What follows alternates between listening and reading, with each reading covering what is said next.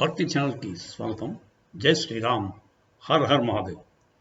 మా కంటెంట్ కనుక నచ్చినట్టయితే లైక్ చేయండి, మీ బంధుమిత్రులకు షేర్ చేయండి. ఇప్పటిదాకా మీరు ఛానల్ సబ్స్క్రైబ్ చేసుకోకుండా ఉంటే సబ్స్క్రైబ్ చేసుకోండి, అది పూర్తిగా ఉచితం. పక్కనే ఉన్న బెల్ ఐకాన్ కూడా నొక్కండి.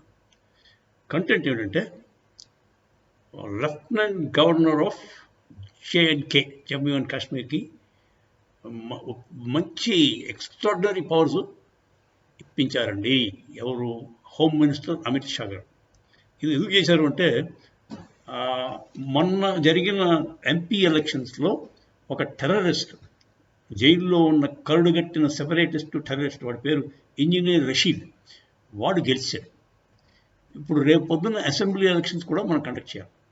కోర్టు ఆదేశాల ప్రకారం నవంబర్ లోపల ఎప్పుడో అసెంబ్లీ ఎలక్షన్స్ కండక్ట్ చేయాల్సిన అవసరం ఉంది జమ్మూ అండ్ కాశ్మీర్. అది చేస్తాం. చేసిన తర్వాత మీకు ఇలాగే ఇంజనీరింగ్ రషీద్ లాంటి వాడే ఒక కరుడుగట్టిన తీవ్రవాది, సెపరేటిస్టు చీఫ్ మినిస్టర్ అయిపోతే మన పరిస్థితి ఏంటి? ఈ ఇప్పటిదాకా చేసిన ఎక్సర్సైజ్ అంతా వృధా ప్రయాసం. ఆర్టికల్ 370 తీసేయడం చాలా చేశాం కదా. చాలా అభివృద్ధి కార్యక్రమాలు జరుగుతున్నాయి. సినిమా హాల్స్ వచ్చాయి, మాల్స్ వచ్చాయి, ఫారెన్ ఇన్వెస్ట్మెంట్ అవుతుంది, టూరిజం విపరీతంగా పెరిగింది. ఇవన్నీ కూడా మళ్ళీ బ్యాక్ టు స్క్వేర్ అయిపోతాయి. సో అది అలా కాకుండా చేయాలంటే మన చాణక్యుడు ఉన్నారు కదా, హోమ్ మినిస్టర్ అమిత్ షా గారు, ఆయన బాగా ఆలోచించి చేసిన పని ఏంటంటే, లెఫ్టినెంట్ గవర్నర్ గారికి ఫుల్ పవర్స్ ఇచ్చారండి. పవర్స్ దేనికండి? అడ్మినిస్ట్రేషన్ అంతా ఇంచుమించు ఆయన చేతిలోకి వెళ్ళిపోతుంది. ఇప్పుడు appointment of IAS officers, appointment of IPS officers, police, వాళ్ళ ట్రాన్స్ఫర్స్ అన్నీ కూడా లెఫ్టినెంట్ గవర్నరే చూసుకోవాలండి. తర్వాత జ్యుడిషియరీలో కూడా అటార్నీ జనరల్ ఉంటాడు కదా, అతని తాలూకు సిబ్బంది, తర్వాత వీళ్ళు బేసిక్గా మొత్తం ప్రభుత్వ యంత్రాంగంలో ఏం చేయాలన్నా లెఫ్టినెంట్ గవర్నర్ ప్రమేయం లేకుండా జరిగే ప్రసక్తి లేదండి. ఇప్పుడు అందరూ కామెంట్ చేయడం అంటే, ఇంకెందుకు చీఫ్ మినిస్టర్, అక్కడ వాడు రబ్బర్ స్టాంప్ చీఫ్ మినిస్టర్ ఉంటాడు అని అంటున్నారు. కానీ ఇది అవసరం. ఎంచేదంటే, ఒక బార్డర్ స్టేటు, అందులో పొలిటికల్లీ చాలా వాలటైల్ స్టేటు, మొన్నటిదాకా ప్రాణ కష్టంగా రగులుతున్న స్టేటు. సిస్టమేటిక్గా కాంగ్రెస్ వాళ్ళు దాన్ని నెహ్రూ దగ్గర నుంచి దాన్ని పాకిస్తాన్కి అప్పచెప్దామనే ఉద్దేశంతో మలిగిన స్టేట్ అండి. దాంతో దాని మీద ఇలాంటి ఆంక్షలు పెట్టడం ఎంతైనా అవసరం ఉంది. సో ఈ టైప్ ఆఫ్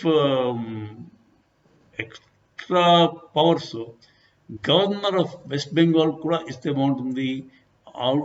అలాగే బార్డర్ స్టేట్స్ ఉన్నాయి కదా, పంజాబ్, రాజస్థాన్, అన్నిటికీ కూడా ఎక్స్ట్రా పవర్స్ ఇవ్వాల్సిన అవసరం ఉందండి. ఎందుకంటే ఇలా టీఎంసీ చూడండి, మొత్తం దేశ విద్రోహ శక్తులకి ఆవిడకి మంచి లింక్.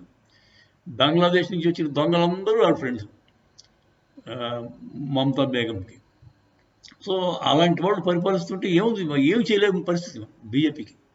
ఇప్పుడు సెంట్రల్లో బీజేపీ ఉన్నా కూడా స్టేట్లో వాళ్ళ బీజేపీ వర్కర్స్ని చంపేస్తారు. బీజేపీకి ప్రోగా ఓట్ చేస్తే వాళ్ళని నానా హింస పెడతారు. సో భయపెట్టి గెలుస్తాడు. ఇంకా ఆ స్టేట్లో ఇంకో పార్టీ గెలవడం ఇంపాసిబుల్.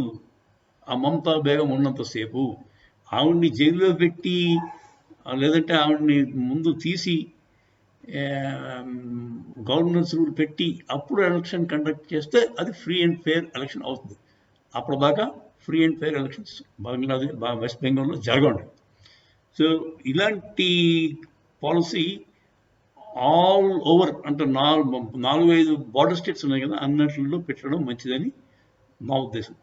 ఇది యూనియన్ టెరిటరీస్కే చేస్తాడా అంటే, లెఫ్టినెంట్ గవర్నర్ అంటే యూనియన్ టెరిటరీకే ఉంటాడు. ఇప్పుడు ఒకసారి అది మా ప్రాపర్ స్టేట్ అయిపోతే దానికి గవర్నర్ అయిపోతుంది.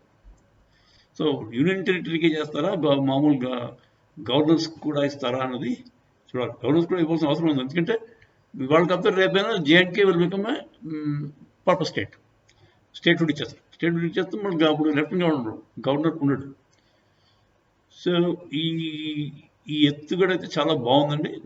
గవర్నర్కి కానీ లెఫ్టినెంట్ గవర్నర్కి కానీ ఎక్స్ట్రా పవర్స్ ఇవ్వడం వల్ల కొంత మట్టుకు బార్డర్ స్టేట్స్ని అదుపులోకి తీసుకోవచ్చు. ఎవరు పడితే వాళ్ళు